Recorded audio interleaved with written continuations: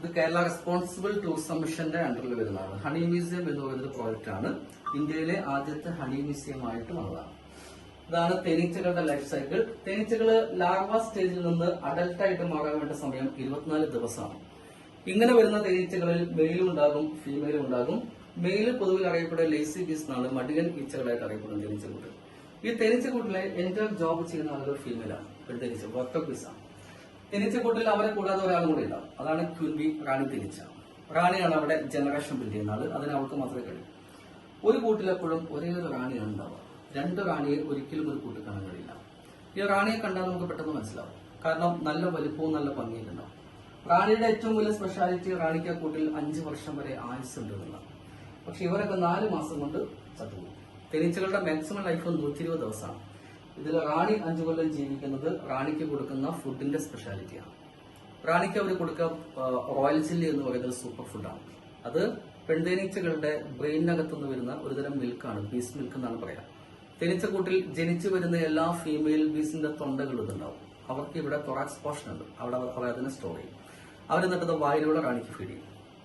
ഇത് തേനീച്ചക്കൂട്ടിൽ ഒരിക്കലും റാണിയായിട്ട് ആർക്കും ജനിക്കാൻ കഴിയില്ല. ജനിക്കുന്നത് ഒന്നുകിൽ മെയില് അല്ലെങ്കിൽ ഫീമെയിൽ. ഈ ഫീമെയിലിൽപ്പെട്ട ഒരാളായിരിക്കും അവിടെ റാണിയായിട്ട് മാറുന്നത്.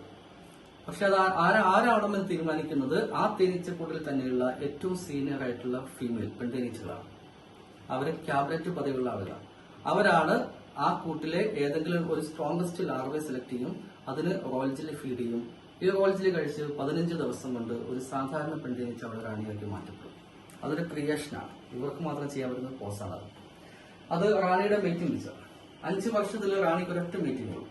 അതിനുവേണ്ടി അവൾ പുറത്തു വരും. ഒരുപാട് മെയിൽ ബീസുമായിട്ട് റാണി ഒരേ സമയം മീറ്റിംഗ് ഏകദേശം 4 മണിക്കൂർ നീണ്ടു നിൽക്കുന്ന മീറ്റിംഗ് ആണ്.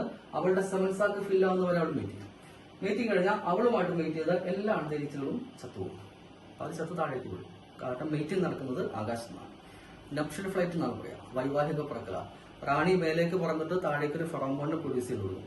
ആ ഫെറോമോണിന്റെ സ്മെല്ല് ആ താഴെയുള്ള എല്ലാ മെയിൽ ബീസിനെ അട്രാക്ട് ചെയ്യും. അത് ആ കൂട്ടിൽ മാത്രമായിരിക്കില്ല, ആ ചുറ്റുഭാഗത്തുള്ള കൂടുകളിലൊക്കെ.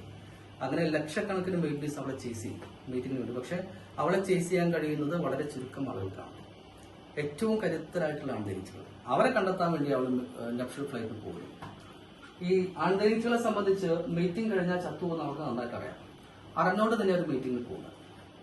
പക്ഷെ അവരങ്ങനെ ജീവൻ ബലി കൊടുത്തിട്ടില്ലെങ്കിൽ അവിടെ ജനറേഷൻ ഉണ്ടാവില്ല. തേനീച്ചകള് ജനറേഷന് വേണ്ടി ജീവൻ ത്യാഗം ചെയ്യുന്നവരാണ്. അതുപോലെ ജനറേഷന് വേണ്ടി മാത്രം ജീവിക്കാൻ ചെയ്യുന്ന ജീവികളാണ്. നമ്മളെ കുത്തുമ്പോഴും അവർ ചത്തുപോകും.